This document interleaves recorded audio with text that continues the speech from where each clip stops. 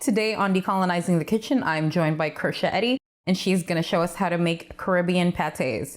Okay, Kirsha, are these meat-filled pâtés or patties? Well, it depends on where you're from. I was born on St. Kitts, and there they say pâtés, whereas I grew up on St. Thomas in the U.S. Virgin Islands, and there we say pâtés. Okay, well, I like the way you say it because it sounds fancy, and I'm going to say it that way, so it's pâtés. Let's decolonize the kitchen.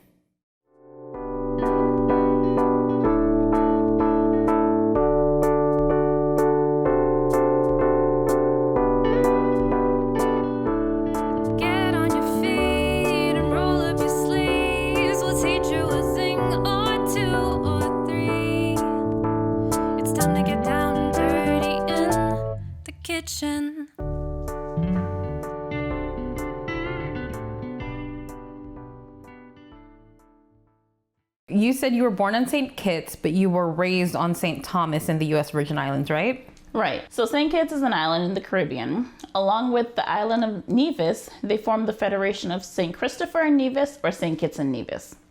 From the age of 11, I lived in the U.S. Virgin Islands, and I stayed until I graduated from college. These pâtés that we're making today are completely different from the French pâté, like that's made with pureed meat or compressed meat, right? Yes, very different. But the pronunciation is most definitely French.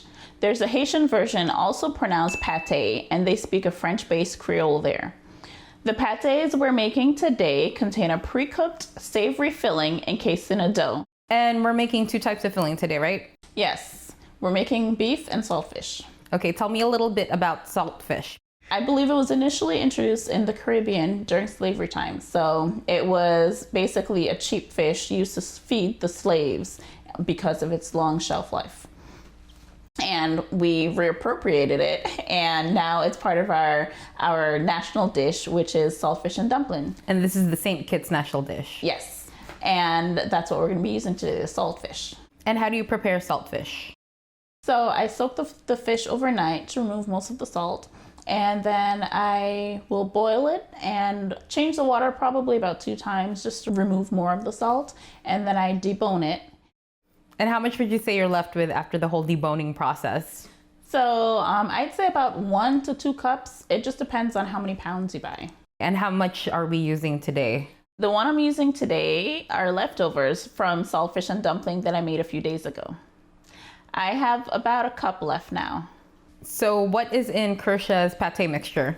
So like we were just talking about, beef and saltfish, a few tablespoons of tomato paste, some water, and I use a variety of dry seasoning mix and a pureed veggie mix. For the veggie mix, I use onions, red, green, and orange bell peppers, garlic, scallions, and fresh thyme, but you can use dry thyme also. One of the most important ingredients is the habanero to get that heat. So for the amount I'm making today, I'm using 1 of each vegetable, and you can increase or decrease it however much you want to make, depending on how many pâtés you're preparing. And for today, I'm using about 3 to 4 habaneros, and if it's not spicy enough, then I'll add some cayenne while the meat is cooking. And you can also freeze every step that we're making today. You can freeze the dough, you can freeze the meat, if you want to make it advance. And then what's in the dry mix you mentioned? To be honest, sometimes it depends on whatever my hand lands on in the pantry. But the basic ingredients for today are a tablespoon of black pepper, oregano, parsley, paprika, chives, which can be fresh or dehydrated, and a dash or so of salt to taste. All right, let's do this. Let's do it. All right. First, we chop our veggies. So this is a coarse chop, right? No need to be precise? Right, just a quick chop so that it fits in the food processor.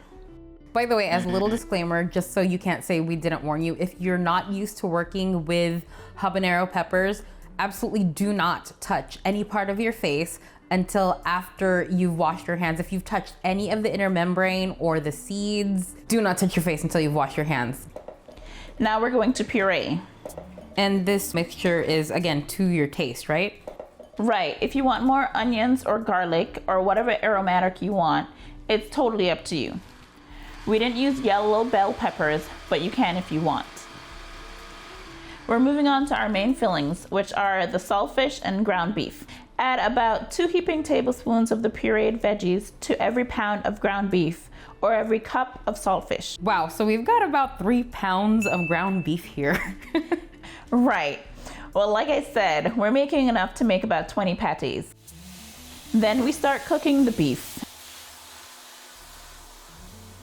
and add our pre-measured dry ingredients. Once it's cooked, we add about 1 tablespoon of tomato paste per pound and water. Be careful with the water though. You don't want to add too much because it can affect the dough when assembling it. If you end up overdoing it, just cook it down until it evaporates. So for the saltfish, because it's already pre-cooked and there's no fat, we're going to do it just a little bit differently. We're starting with water and 1 heaping tablespoon of tomato paste. Then we add the saltfish to the mixture and our pre-measured dry seasonings.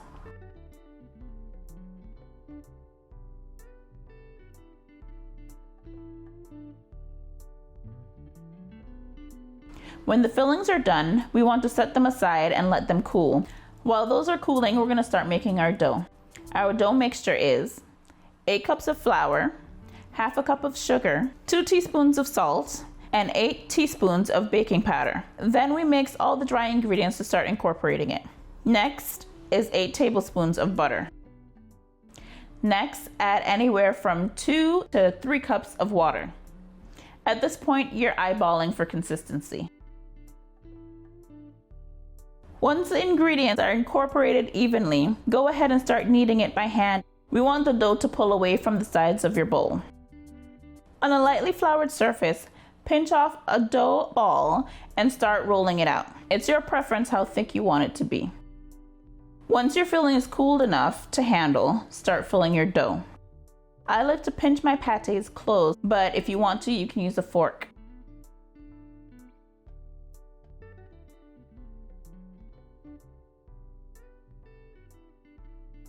Now we deep fry it. There should be enough oil that the pâté sinks to the bottom and then comes back up to the surface. You don't want the pâté to cook at the bottom of the pot. Once it's browned on one side, we flip. About 2 to 3 minutes on each side. Let it cool about 10 to 15 minutes before serving.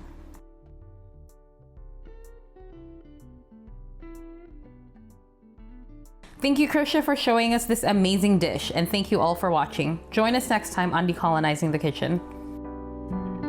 Can't take the heat, the net on out. Wanna sit at our table, then stop running your mouth.